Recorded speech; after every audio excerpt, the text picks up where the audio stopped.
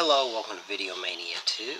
I'm the dude manning the counter, Duncan, and today we're going to talk about one of the greatest achievements in cinematic history. You know what's coming. Roadhouse, starring Patrick Swayze.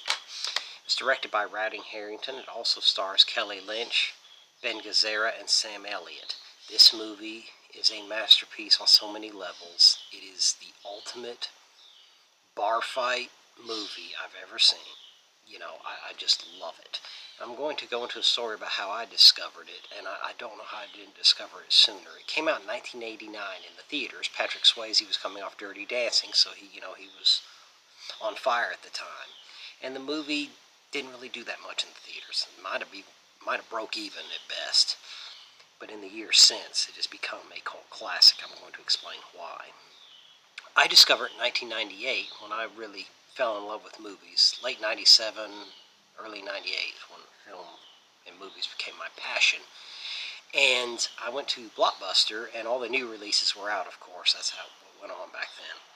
But, so I went and looked in the older catalog to see what I could find. And I had seen a Patrick Swayze movie that came out that year in the theaters called Black Dog, and I enjoyed it pretty well. And then I just saw Patrick Swayze, Roadhouse, and I was like, okay, I'll take it. Looks like it might be entertaining. The tagline on the back of the box said sex, violence, and Patrick Swayze. So I was like, could be entertaining.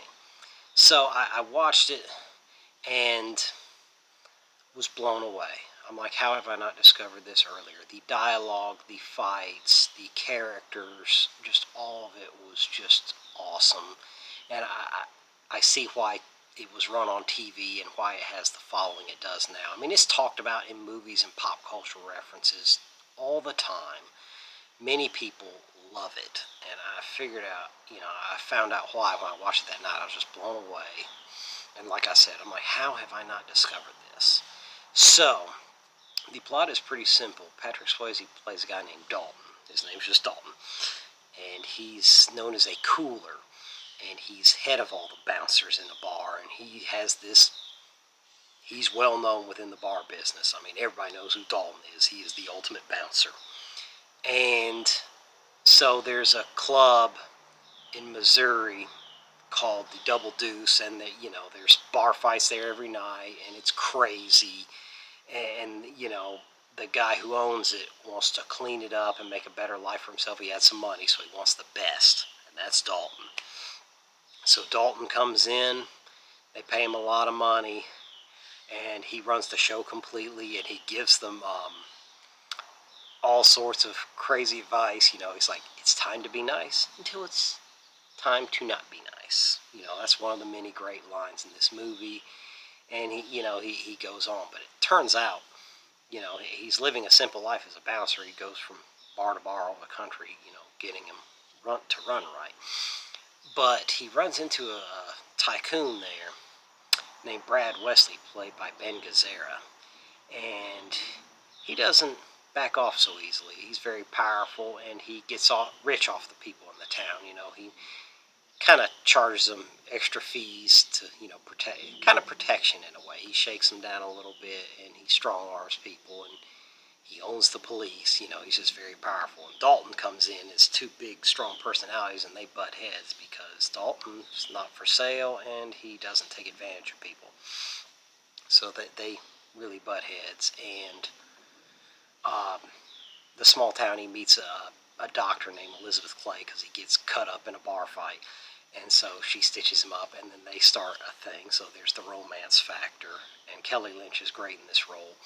And they have good chemistry together. So, Dalton, all these bar fights and stuff, Brad Wesley's getting a little more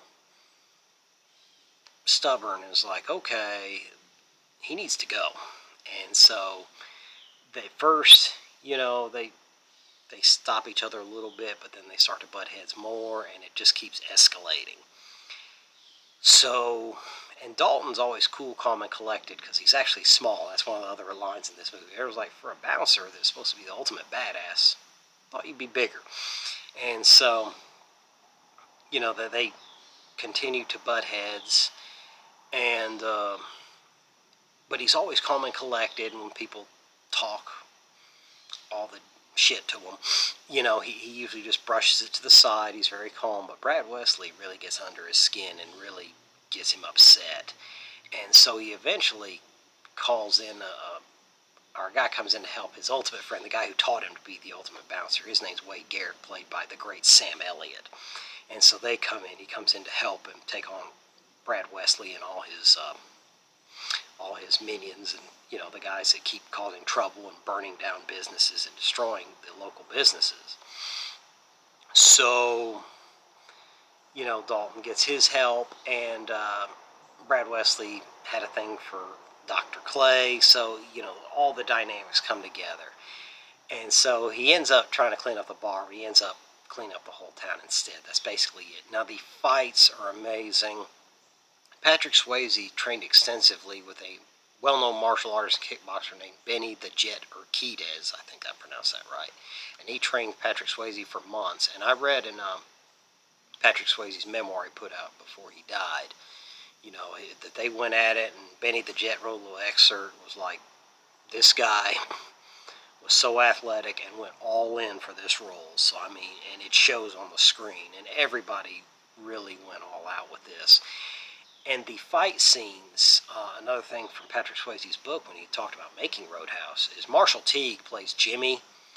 And Marshall Teague was kind of an ex-military guy. I don't know which branch, but he was a badass from one of them. He didn't mess around, but he got into acting and stunts and stuff.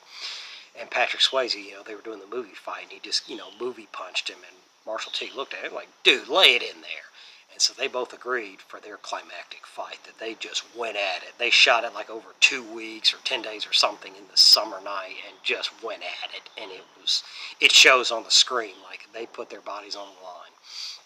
So that's there too. And the reason it's achieved, I think its cult status, is just the dialogue and the fights. And the movie's kind of ridiculous in a way, but it embraces it. It just does everything, and everybody just went all in on this thing. It kind of sounds preposterous, but I was like, critics at the time were like, it's really not good, but watch it in the right frame of mind, it's great. But when I'm an action junkie, so I was like, man, this thing's amazing. And it's gone on to achieve the cult status it deserves. When I was working in a movie theater a couple years ago, there was another AMC that had a 30th anniversary showing of Roadhouse, and the place, it sold out like that. Like, there was a special screening to see it on the big screen. I wish I could have gone, but it's just a very special place in many people's hearts, and it deserves it, just all the things, because it just embraced everything it was. And like some people say, oh, it's not that the best thing ever or whatever, but it's not great objectively if you want to look at it, but I think it is. I just think it's awesome, and everybody, I don't know, loves it. Like, it has its celebrity fans. Like, Bill Murray loves it, Kevin Smith loves it.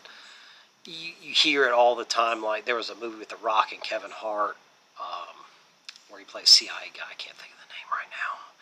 It escapes me, but they talked about Roadhouse throughout the movie. It's always referenced in movies because it's just so great. There's an episode of King of Queens, just there's so many lines and so many things. These 80s movies, it's up there with the dialogue and just all the situations, and it's just awesome. And everyone I've showed it to, loves it.